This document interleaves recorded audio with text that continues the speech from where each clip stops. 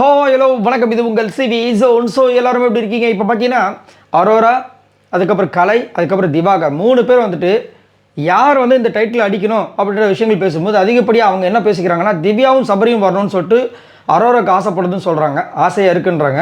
ஆனால் திவாகரும் கலை வந்து சபரி வரணும் அப்படின்னு நினச்சி ஒரு விஷயத்த சொல்கிறாங்க. அது என்னென்னு பார்க்கலாம். அதுக்கு முன்னாடி பார்க்குற எல்லோரும் நம்மளோட சேனலை சப்ஸ்கிரைப் பண்ணிட்டு பாருங்கள், லைக் பண்ணுங்கள், கமெண்ட் பண்ணுங்கள், ஷேர் பண்ணுங்கள். இப்போ வாங்க அந்த வீடியோக்குள்ளே போகலாம்.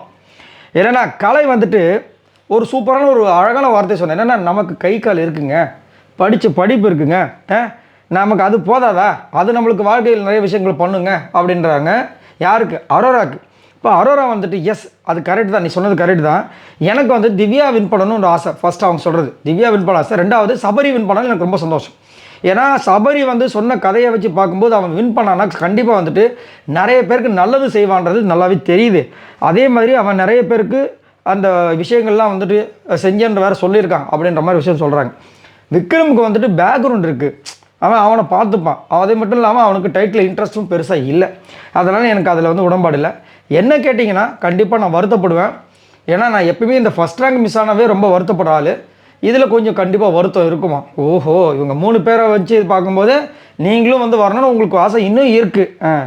விக்ரமுக்கு இல்லை அப்படி வந்துச்சு. அதுக்கப்புறமா திவாகர் வந்துட்டு ஆக்சுவலாக சபரி தான் எனக்கு டைட்டில் வின்னராக வரணும்னு ஆசைப்பட்றேன், அதனால தான் நான் வந்து சப்போர்ட்லாம் பண்ணுறேன். ஆனால் இங்கே வந்துட்டு வெளியில் எப்படி போயிட்டுருக்குன்னு தெரியலையே அப்படின்னு சொல்லிட்டு பதறாரு. வெளியில் என்ன ஓட்டு நிலவரம்னு தெரியலையே அப்படின்னு பதறாப்புல. அதுக்கப்புறம் அரோரா வந்துட்டு இவங்கெல்லாம் இந்த விஷயத்த சொல்லிட்டு இருக்காங்க. அந்த அம்மா வந்துட்டு பார்ட்டி லாஸ்ட்டாக வந்து ஒரு பார்ட்டி நடக்கும் பார்த்திங்கன்னா, அதுக்காக வெயிட் பண்ணிட்டு இருக்காங்க. இந்த கொடுமை எங்கன்னா பார்த்துருப்பீங்களா? பார்ட்டியை பற்றி இது வரைக்கும் யாராவது பேசியிருப்பாங்களா? ஏதாவது ஒரு சீசனில் படபடப்பில் இருப்பாங்க. நம்மளுக்கு என்ன பொசிஷன் கிடைக்கும், 4th பிளேஸா, 5th பிளேஸா, 3rd பிளேஸா, 2nd பிளேஸா, first டைட்டிலா, இப்படின்னு இருக்கிற எல்லா சீசன்லேயும் பார்ட்டியை பற்றி ஒருத்தங்க யோசிச்சுட்ருக்காங்க. வாழ்ந்தா இப்படி வேண்டாம், வேணும் ஏதாவது ஒன்று சொல்லுங்கள் அப்படிமா இருந்துச்சு.